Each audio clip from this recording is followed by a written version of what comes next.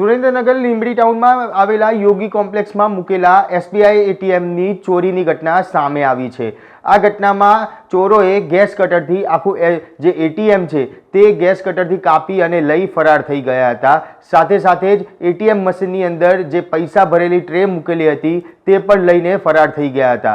આ સમગ્ર બાબતની પોલીસને જાણ કરતા જ એસપી સહિતનો પોલીસ કાફલો ઘટના સ્થળે દોડી આવ્યો હતો, જેમાં એક સીસીટીવી ફૂટેજ પણ સામે આવ્યા હતા। આ સીસીટીવી ફૂટેજના આધારે એક સફેદ કલરની ઇક્કો ગાડી અને એક બ્લુ કલરનું જીન્સ પેન્ટ અને બ્લુ કલરની જર્સી પહેરેલો ઈસમ જે સીસીટીવી ફૂટેજમાં કેદ થઈ ગયા હતા।